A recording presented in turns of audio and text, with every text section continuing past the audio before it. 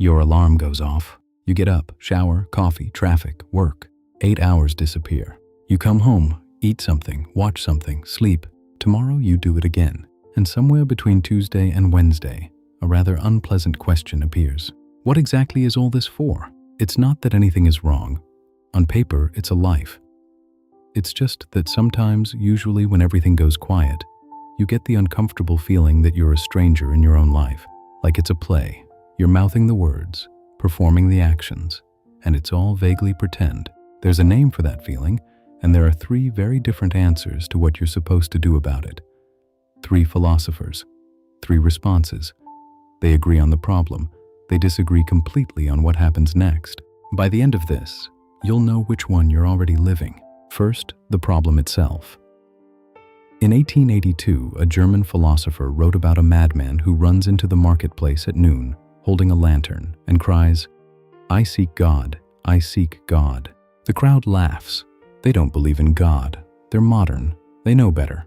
"Where is God gone?" the madman says. "We have killed him, you and I. God is dead. God remains dead. And we have killed him." The crowd doesn't understand. The madman is too early. The news hasn't reached anyone yet. It has now. The delivery took a while. Nietzsche's point wasn't that a skyman died. It was that the whole system that gave life its meaning, the cosmic script, the built-in purpose, the idea that it all adds up, had stopped working, and nobody had noticed yet. The philosopher called that collapse nihilism.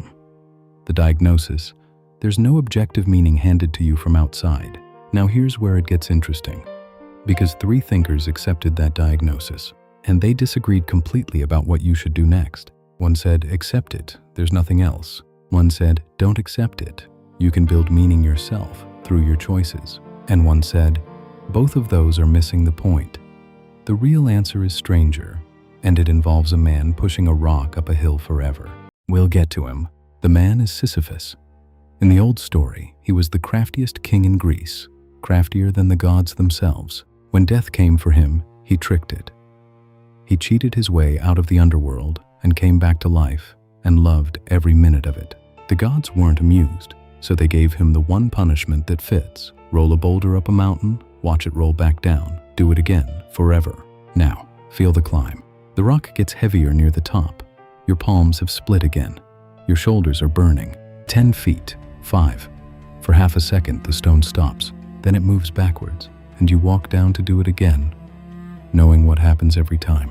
Now look at your alarm clock. A French writer named Albert Camus looked at this story and said, the rock is every one of us. You get up, you push, it rolls back, you get up. He gave that collision a name. He called it the absurd. Not life is meaningless, something more specific. The absurd is born of this confrontation between the human need and the unreasonable silence of the world. You need the universe to make sense. The universe says nothing. That collision, your need against its silence, is the absurd. It's not out there. It's the meeting point inside you. And Camus took the question seriously enough to open his book with it. There is but one truly serious philosophical problem, and that is suicide. If life has no meaning, why keep going? Camus says, because you're asking the wrong question. He laid out the 3 ways people usually respond to the absurd. You can end it, but death doesn't have meaning either. You're just avoiding the problem. You can leap into faith, into an ideology, into any story that promises the meaning is out there somewhere. Camus called that philosophical suicide. You throw away your reason to believe something you know isn't true, or you can do the thing he actually recommends. You can hold the collision open, refuse both the escape and the lie, live in full knowledge of the absurd, and keep going anyway. The struggle itself toward the heights, Camus wrote, is enough to fill a man's heart. One must imagine Sisyphus happy, now, the same life 3 times, same person, same event. The alarm rings. The day falls apart. They lose the job, the relationship, the plans, the version of themselves they'd been building. Reset, same room, same person. Version 1. They accept it. It was all meaningless anyway. The job, the love, the effort. None of it was ever going to add up. There's no reason to rebuild. They stay in the chair, not from depression, from diagnosis. If nothing has objective meaning, Why do anything at all? It's the only philosophy that comes with a free afternoon. Reset. Same room, same person. Version 2. They sit up. The French philosopher Jean-Paul Sartre said, "Existence precedes essence. There is no pre-made you, no script." And that means you are condemned to be free. Condemned because there's no one to blame anymore. Man is nothing more than the sum of his actions.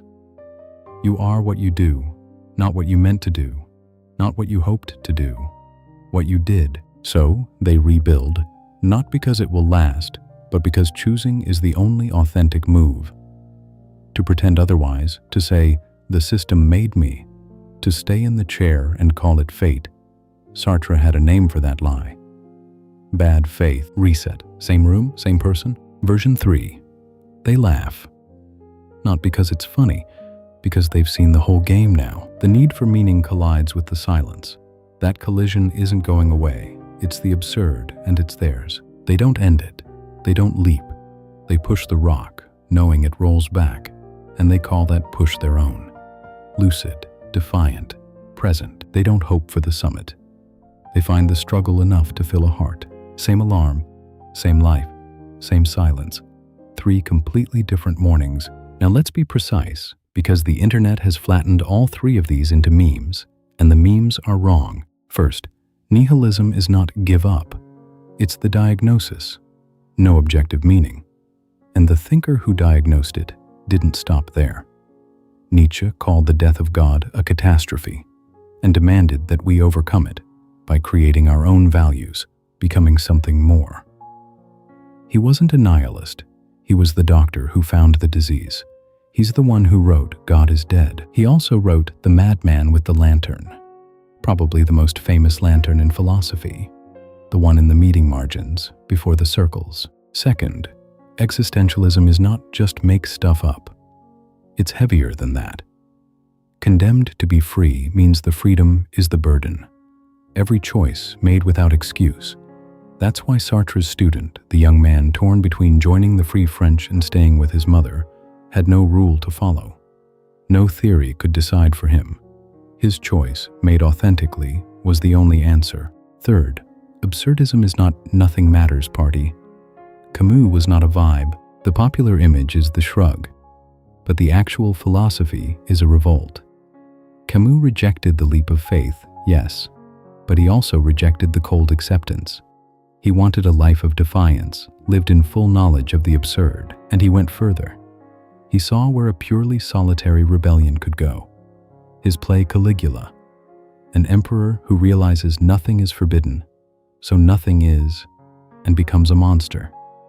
If nothing matters, then every action is available, including the horrors. Camus' answer to that wasn't solipsism, it was solidarity. We are all victims of the same silence.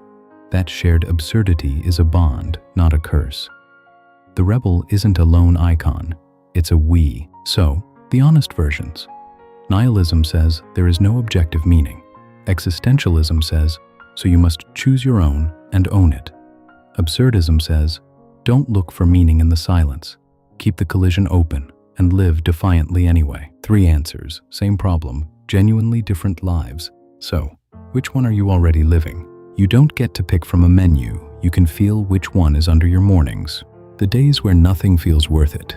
That's the nihilist's morning, the diagnosis without the move. The days where you rebuild obsessively because the doing is the point.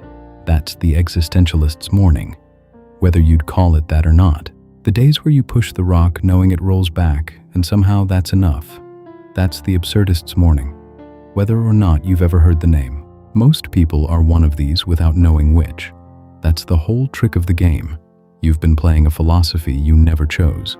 The alarm will ring tomorrow. The question isn't whether it's all pointless. The question is what you're going to do with the answer you already live by. The rock again, the palms, the 10 feet, the 5. The stone stops. For half a second you're at the top.